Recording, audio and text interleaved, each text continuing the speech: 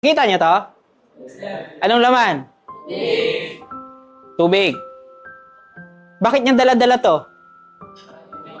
Kapag uhaw siya, iinumin niya. Pero sa palagay ninyo, kapag sakali man na yung tubig na to, wala nang laman, anong gagawin ninyo? Tinatapon ninyo. Yan ang pinakamasakit na katotohanan sa mundo. Pag wala kang gamit, itatapon ka na lang. Bakit ko sinasabi sa inyo?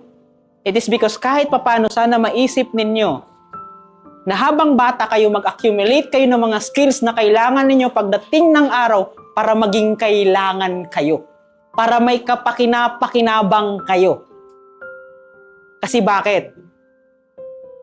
Kapag kayo yung lumaki, tumanda, pero wala kayong alam, wala kayong kayang gawin, at higit sa lahat, ayaw mo magtrabaho, huwag kang mag-expect na kahit papano magstay yung tao sa'yo.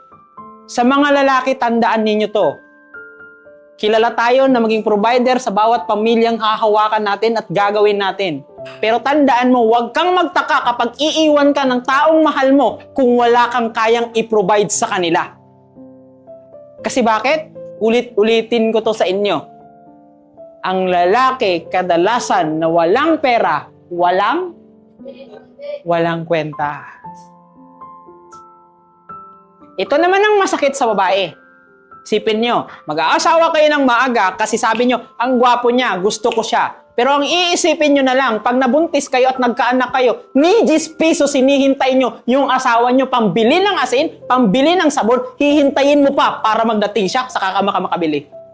Hindi ba pwedeng kayo mismo magkaroon ng sarili nyong pera na kahit anong gusto ninyo, makukuha ninyo? Maybe hindi lahat, pero hindi mo kailangang maghintay ng asawa para lang magpaalam na may bibilhin ka. May example na kayo. Alam ko may kilala kayo sa bawat kapitbahay ninyo. Hindi sila masama. Pero kung papansin ninyo, nung nag-asawa sila ng maaga or nung nag-asawa sila at naging taong bahay sa kanila, hindi yun masama na maging taong bahay ka. Kaso ang masama, kung ni 10 pesos lang, pambili lang ng sabon, pambaon lang ng anak mo, hihintayin mo pa yung asawa mo kasi ikaw mismo walang pera.